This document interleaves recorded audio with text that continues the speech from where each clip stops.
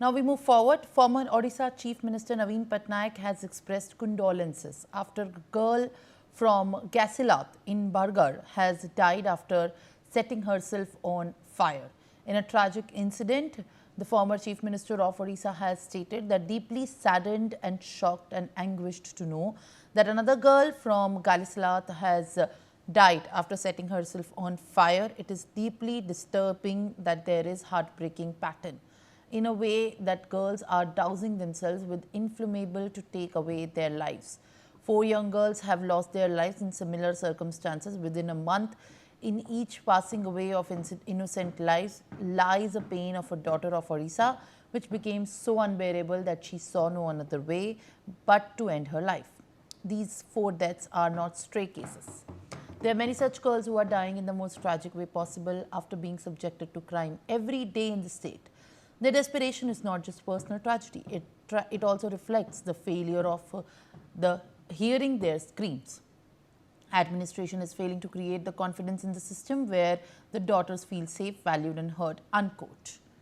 Now this has come from the statement of the former Chief Minister of Odisha.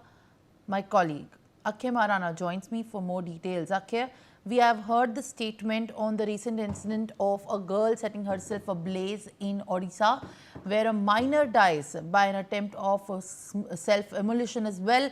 What are these details coming in, and what are the authorities saying as the matter is only becoming aggressively political in Odisha of girls wanting to die by self-immolating themselves?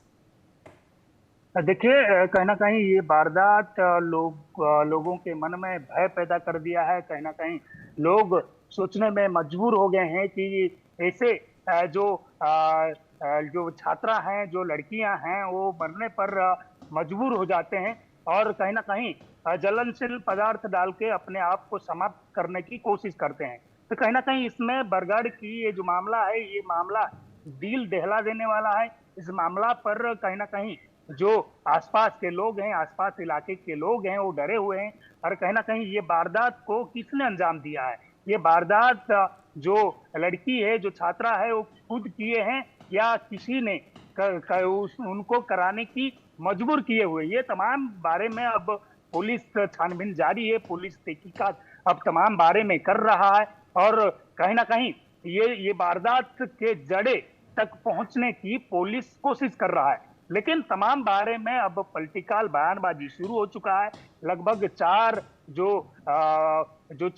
लड़कियां हैं, कहीं ना कहीं उनको किसी ने मरने पर मजबूर किया है या किसी ने उनको मरने के लिए उकसाया है। ये तमाम बारे में अब कहीं ना कहीं जो पुलिस है, पुलिस अब कहीं ना कहीं पुलिस के जो जांच प्रक्रिया है उसमें भी सवाल उठाते तमाम विपक्ष नजर आ रहे हैं। तो कहीं ना कहीं ये तमाम बारे में अब पुलिस के तहकीकात के बाद, पुलिस के जांच के बाद तमाम जो वारदात है वो वारदात उजागर होगा। लेकिन ये वारदात क्यों हो रहा है, इसमें जो पूर्व मुख्यमंत्री हैं, जो विपक्ष के नेता नवीन पटनायक जी, वो भी ट्वीट किए हुए हैं और कहीं ना कहीं इस वारदात को उन्होंने निंदा करते हुए तमाम बारे में वो जिक्र किए हैं। तो कहीं ना कहीं ये जो वारदात हुआ है, ये वारदात इसलिए हुआ है और ये बता दें कि जो छात्रा हैं वो लगभग 95%